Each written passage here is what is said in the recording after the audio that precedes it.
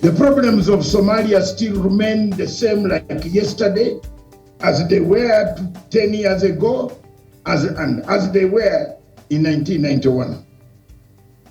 We have not moved an inch, except we have made a few gains, but not moving an inch to remove and destroy Al-Shabaab, which is the main pain in the lives of the people of the ordinary Somalis. Time has come for us in Africa, under the African Union, the United Nations, the European Union, East African Community, IGAD, and other organizations that are involved in making sure that Somalia has peace, to change tactic. They must change their tactic.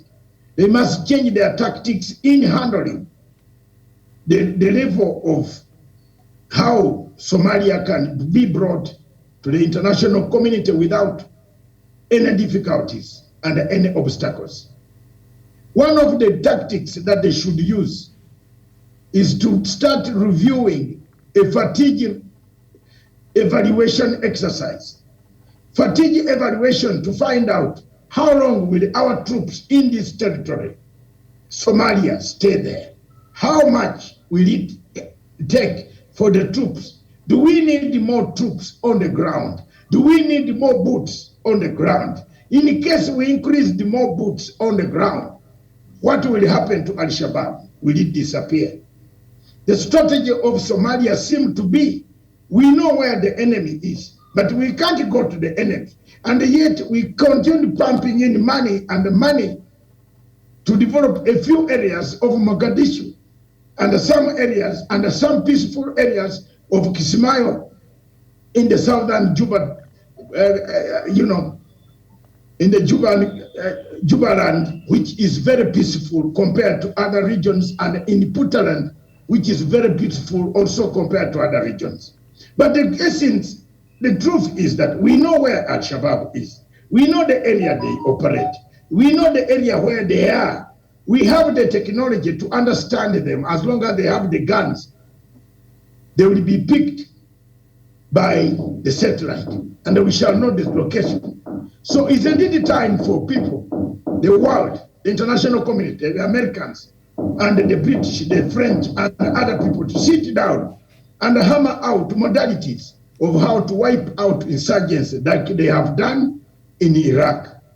They did it in Iraq. Iraq is coming back. ISIS went back. They wiped out ISIS. They went to Syria. They wiped out ISIS. Why are we not wiping out Al-Shabaab in Somalia? So if we keep Al-Shabaab as one of the strategies to continue to have Somalia under the international headlines, how long shall we keep it?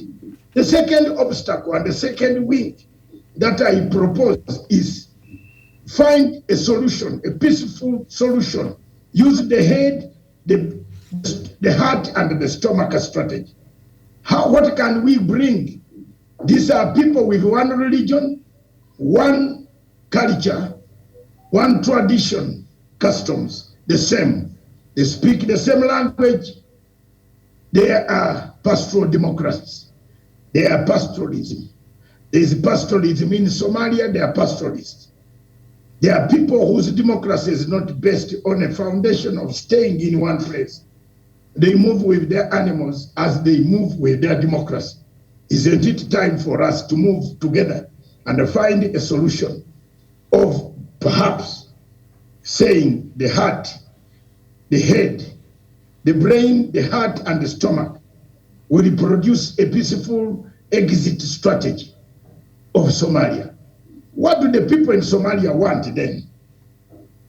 The people of Somalia would want a youth who are recruited to go into Al-Shabaab have no jobs. Why can't we create a program for food, for incentives, for containers, refrigerated containers, for example, to be brought into Somalia, that you bring 250, you show us where Al-Shabaab is. We give you a container and a boat to go on the sea to ship, to fish and bring fish and sell Is it a mercantile capitalism that is also draining Somalia? Miriam, I would go on and on and on. There are so many things that when you start thinking deeply on the question of Somalia, my dear sister, you think on and it comes on and it comes and it comes. Therefore, I suggest it is time for us to rethink on a strategy on how to handle the Somalia crisis that has been there since 1991, and for us to be able to move and forget and try to inject new ideas on finding a long-lasting peace. I submit.